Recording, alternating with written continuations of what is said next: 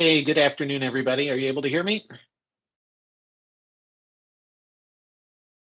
You're just fine. Perfect. I don't see Randy on yet, Harvey. That's fine. He'll probably pop on in a second here, but I'm cool to go ahead.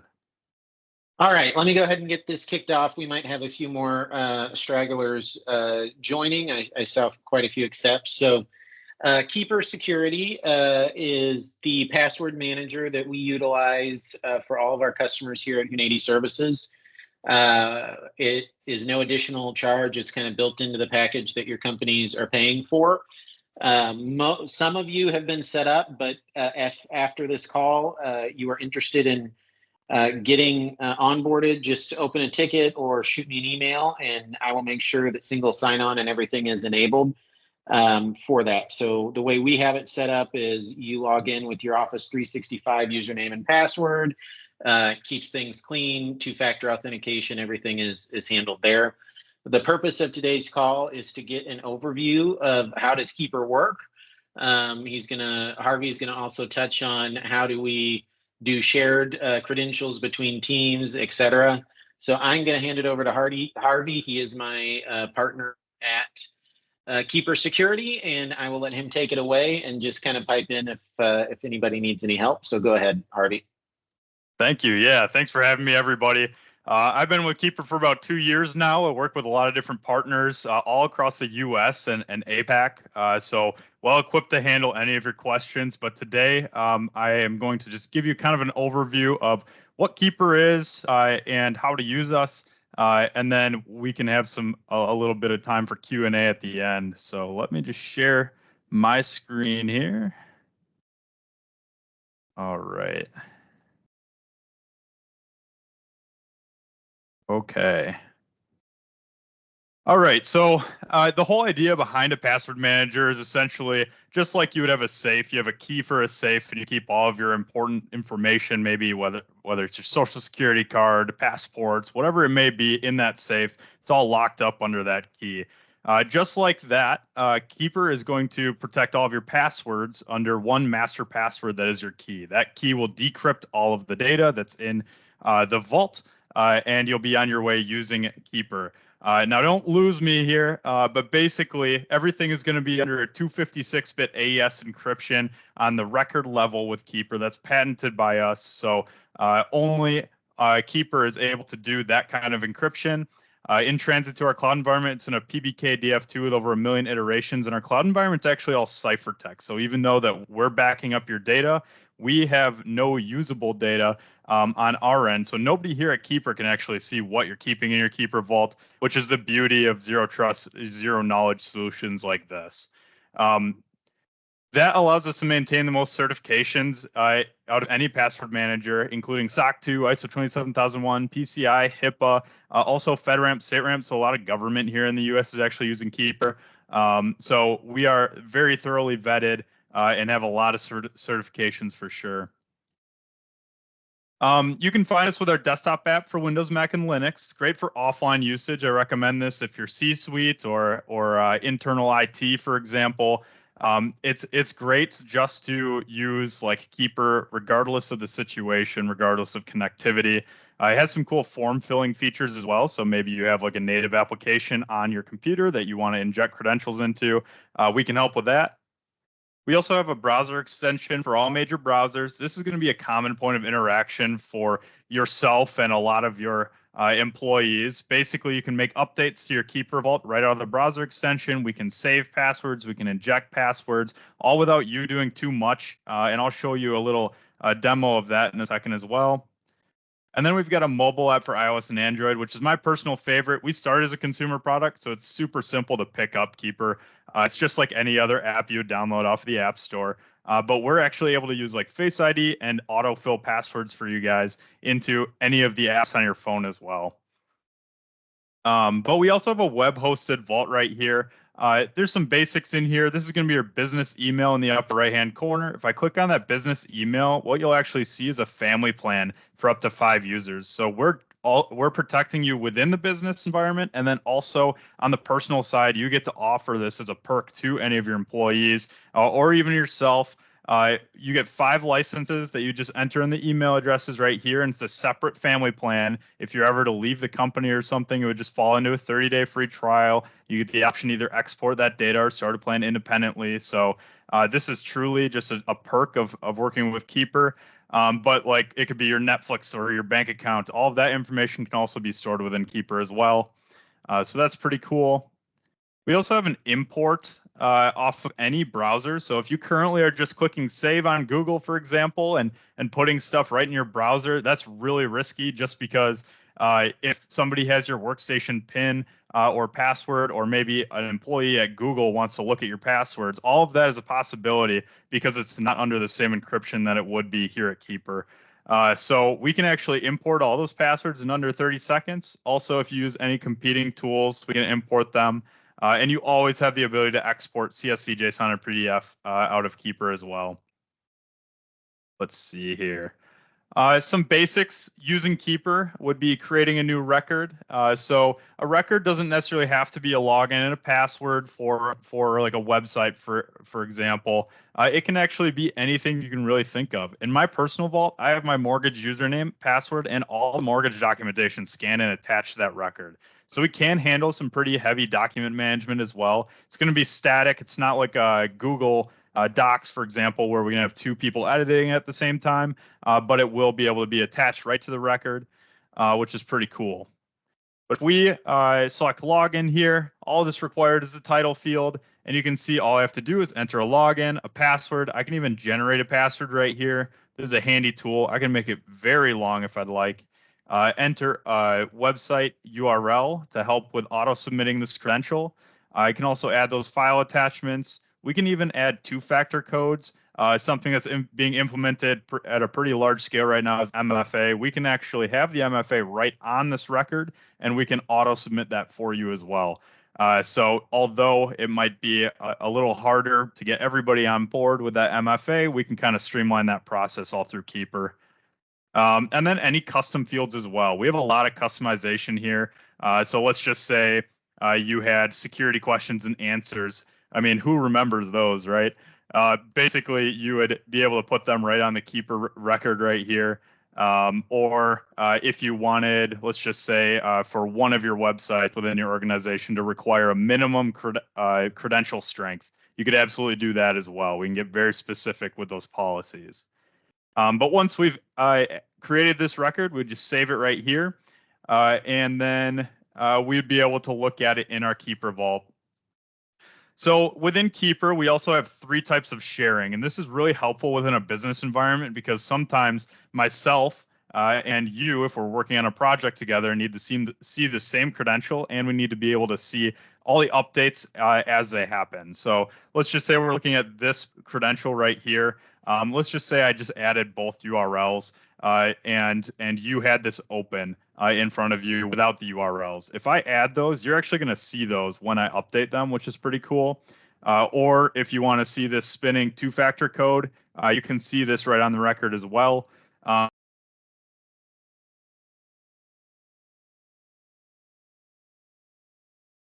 I want to share with one of you your Keeper email address right here, and we can set permissions so that you can edit, can edit and share, view only, or I can assign ownership of this record to you so that you can set these permissions back on me.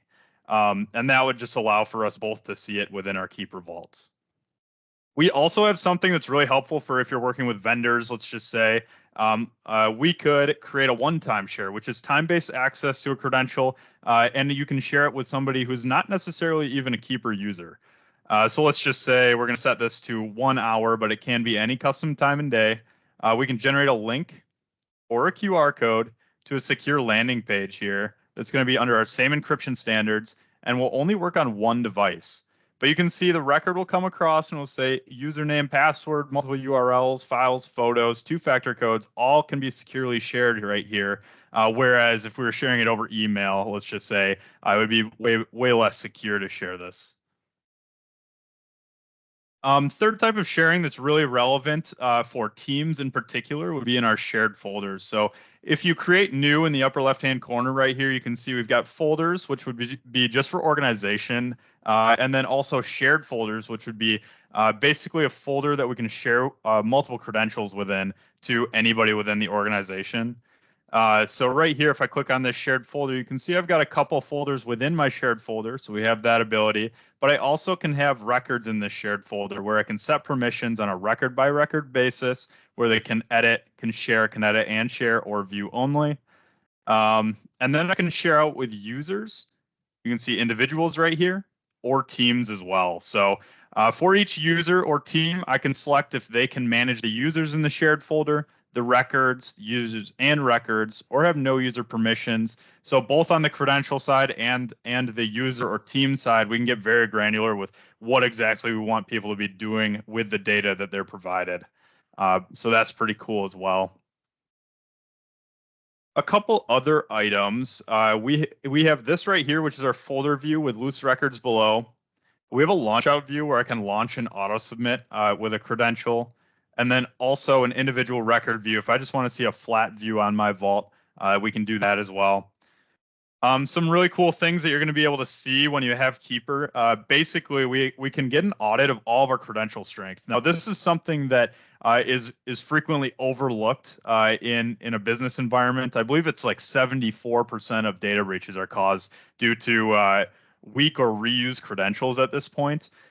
So we don't really have a view of everybody within our organization unless we have them on Keeper, where we're going to be able to see the security audit, where it will point out the weak, the medium, the strong, the reused, and the unique credentials within all the users within our organization. So this is our security audit right here. This specifically is auditing the credentials that are in my vault. If we log into the admin console here, we're going to be able to see an admin view on this, and that would be right here. So basically, for every user in our organization, we can see if they have weak, medium, strong, reuse, unique, and two-factor enrollment, all right here in this report. So this is super powerful. You can absolutely see who's got those low scores and say, hey, it's time to go look at your security audit tab and update those weak credentials just by resolving them right here. So that can be really cool. Breach Watch is also dark web monitoring with Keeper. This is actually going to be a very specific alert. It's different than like a domain-based alert, like, hey, this domain has been breached, so you might want to rotate a password. But basically, this right here is going to be very specific to if the credentials have been posted for sale on the dark web.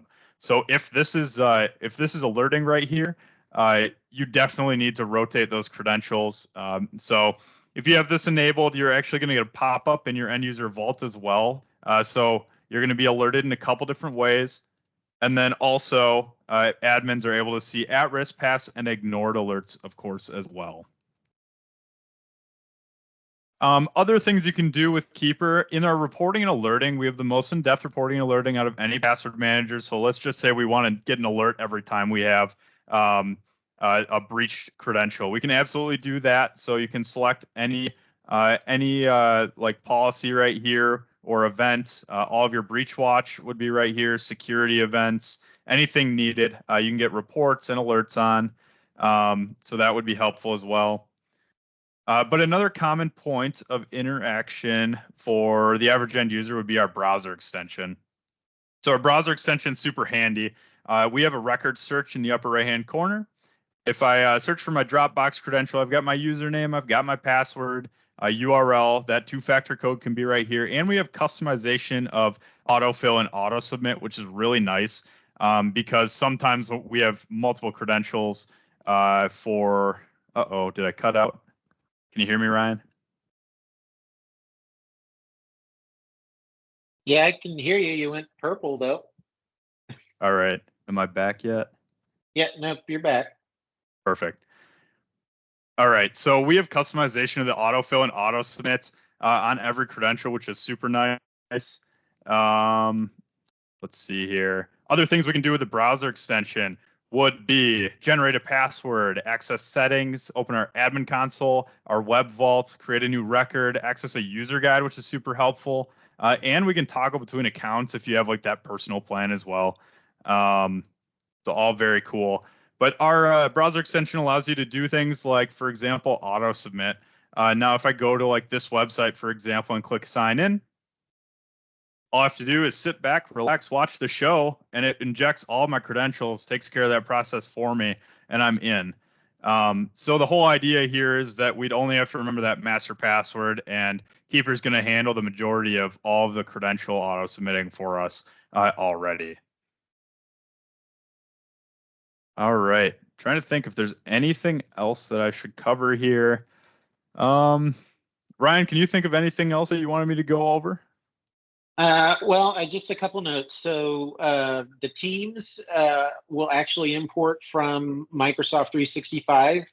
So we can work with each of your companies and get specific teams defined for sharing. So those groups will import. The shared folders, there's been a discussion with some of the customers, and Harvey and I had the discussion. It's up to you as a customer how you want to handle it. Some customers want us to use like the admin account and create shared folders so they're not owned by an employee, because let's say an employee leaves, then we have to migrate that data. Some companies want to just have it in the specific folder for the user. So that's kind of up to each company, and we're happy to consult and give some ideas there.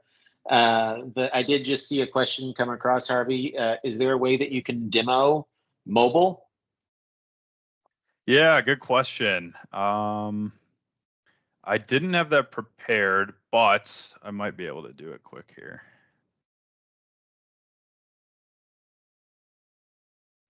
While you're bringing it up, a couple of the other things that have recently changed to make this easier, like I said, single sign-on will get you in. So once you log into your computers, you just kind of launch the Keeper app on the desktop or in the browser. It'll use your Microsoft credentials to log in. The two-factor is handled through that. So previously, you would have to approve something on the Keeper app or on a separate two-factor app to get into Keeper. That's not required anymore. We have it all secured through 365 to make life easier. That kill enough time?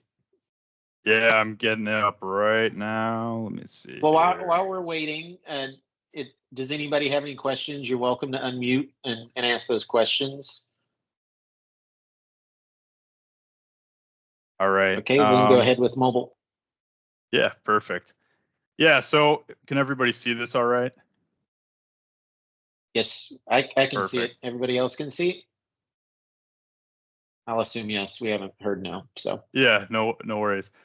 Yeah, so mobile right here is going to be a very similar experience, guys. It's going to be, I mean, if you look at what it looks like in the same format. So if I wanted to, I can pull up this menu on the side. I can see a couple options right here. All my two-factor codes will be organized for me, which is kind of cool because we do act as that authenticator. I can see my security audit right here. It's going to be in a different layout for security audit just because we want it to be a little bit more mobile friendly. If we brought up a big report in your mobile device, it would be a little goofy.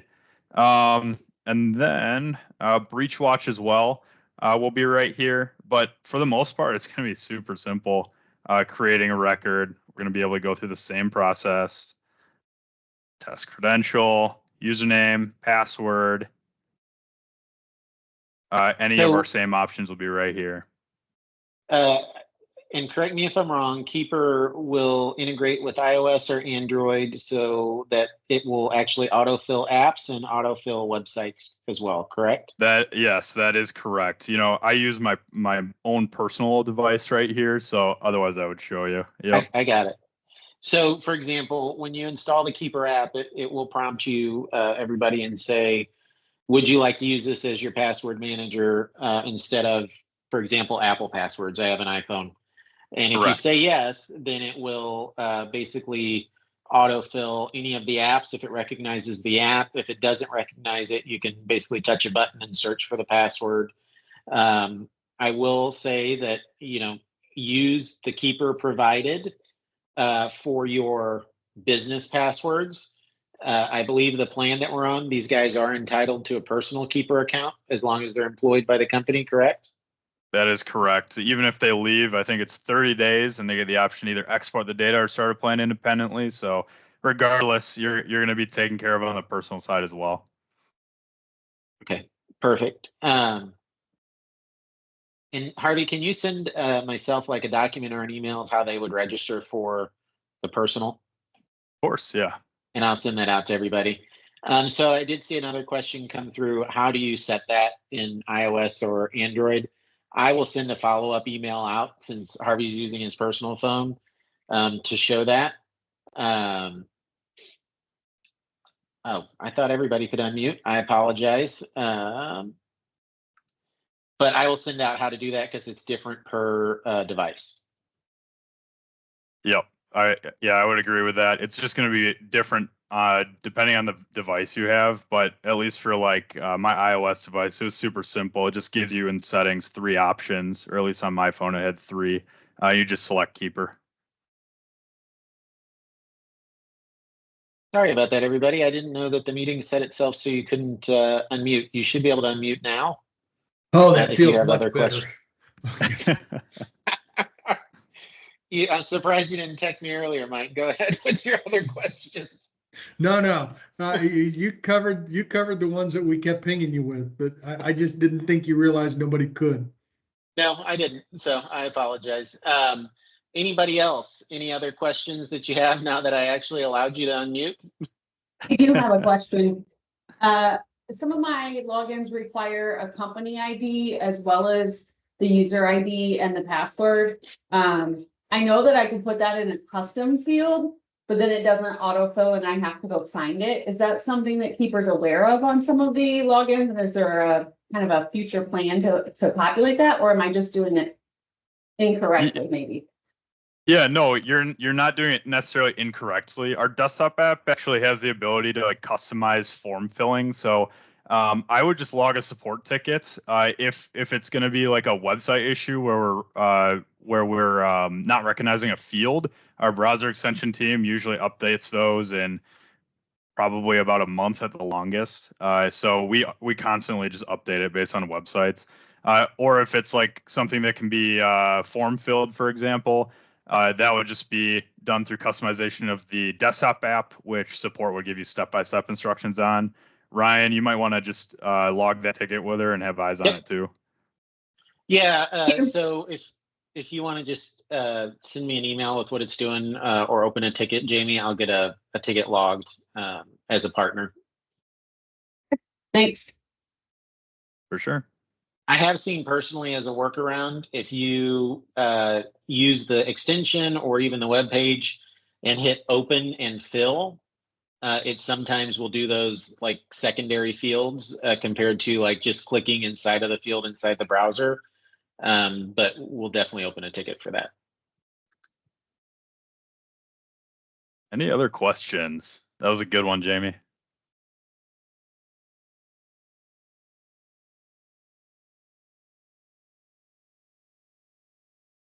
All right. So based on who I see on the call, I think most of you have this enabled already. If you have any issues, just open a ticket. I see one customer, Jeff.